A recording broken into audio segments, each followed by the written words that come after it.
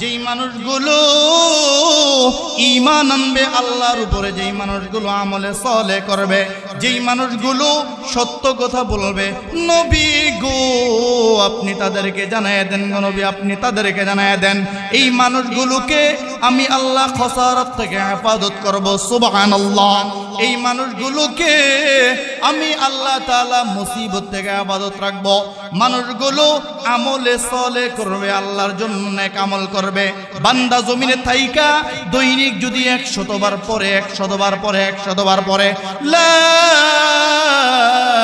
ইলাহা ইল্লাল্লাহু মুহাম্মাদুর রাসূলুল্লাহ, নবী আমার সুন্দর করে জানায় দিলেন সাহাবীরা, যেই বান্দা দুনিয়ার জমিনে থেকে 100 বার কালিমা পড়বে, প্রতিদিন 100 বার পড়বে, নবী বলেন ও সাহাবীরা ওই মানুষটাকে আল্লাহ তাআলা কিয়ামতের মাঠে এমন ভাবে উঠাইবেন, নবী বলেন ওই মানুষটার চেহারা কিয়ামতের মাঠে পূর্ণিমার চাঁদের মতো ঝলমল করতে থাকবে। সুবহানাল্লাহ। যেই মানুষগুলো দৈনিক 100 বার কালিমা পড়বে, বলেন কয়বার? যেই মানুষগুলো দৈনিক 100 বার কালিমা পড়ব, 100 বার কালিমা পড়ব, নবী বলেন ও সাহাবীরা এই মানুষটাকে আল্লাহ কিয়ামতের মাঠে এমন ভাবে উঠাইব তার চেহারাটা ঝলমল করতে থাকবো। দুনিয়ার সব মানুষ কিয়ামতের মাঠে সব মানুষ দেখে ওই বান্দাকে দেখলে চিনে ফেলবে। এটা তো আল মদিনার আব্দুল্লাহ দৈনিক কালিমা 100 বার পড়তো। এটা তো আলমিনার আব্দুল করিম দৈনিক 100 বার কালিমা পড়তো। এটা তো অমুক মসজিদের মুসল্লি দৈনিক 100 বার কালিমা পড়তো, 100 বার কালিমা পড়তো। নবী বলেন সব মানুষগুলো দেখে ওই বান্দাকে চিনে ফেলবে, ওই বান্দাটা দৈনিক 100 বার কালিমা পড়তো। দোস্ত আহবাব, যেই মানুষগুলো এইভাবে নেক আমল করবে কার জন্য? বলেন না, নেক আমল করবে কার জন্য? দুনিয়ার কোনো মানুষকে দেখানোর জন্য নামাজ পড়বে না।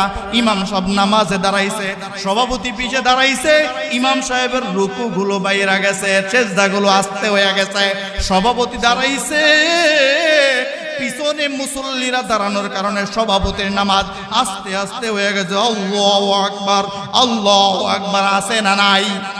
কথা বলে না, আছে না নাই? একজন বক্তা নামাজে দাঁড়াইছে, পিছনে শ্রোতারা নামাজ দেখতেছে, ওই মুহূর্তে বক্তা আল্লাহু আকবার আস্তে আস্তে নামাজ পড়ে। বলো বন্ধু, এমন নামাজের সংখ্যা আমাদের দেশে আছে না নাই? দোস্ত আহবাব, এই নামাজীদের ব্যাপারে আল্লাহ জানায়া দিলেন, নবী গো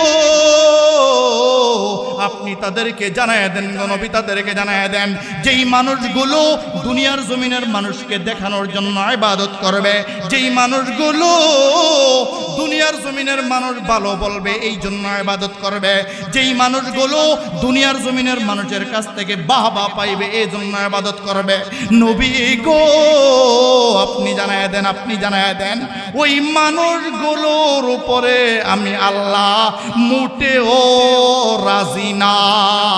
দোস্ত আহবাব, এর বিপরীতে আল্লাহ জানায়া দিলেন নবীকে দিয়া, নবী গো যেই মানুষগুলো ইবাদত করবে একমাত্র আমি আল্লাহর জন্য, নামাজগুলো পড়বে আমি আল্লাহকে রাজিয়া খুশি করার জন্য নামাজগুলো আদায় করবে, রমজান মাসে রোজা রাখবে, মসজিদে গিয়া ইমাম মুয়াজ্জিন খাদেম এদের সাথে ওই হুজুর এটা করেন, ওই হুজুর এটা করেন, এইভাবে আচার আচরণ করবে না। রমজানের রোজা রাখবে, রোজাগুলো রাইখা বিকালবেলা বিবির সাথে কি বানাইছ, এটা ডাল হইছে কা, এটা লবণ কম হইছে কা, এটা এমন হইল কা, সুটকারি কই গেছে, পোলাবাইন্ডি কই গেছে।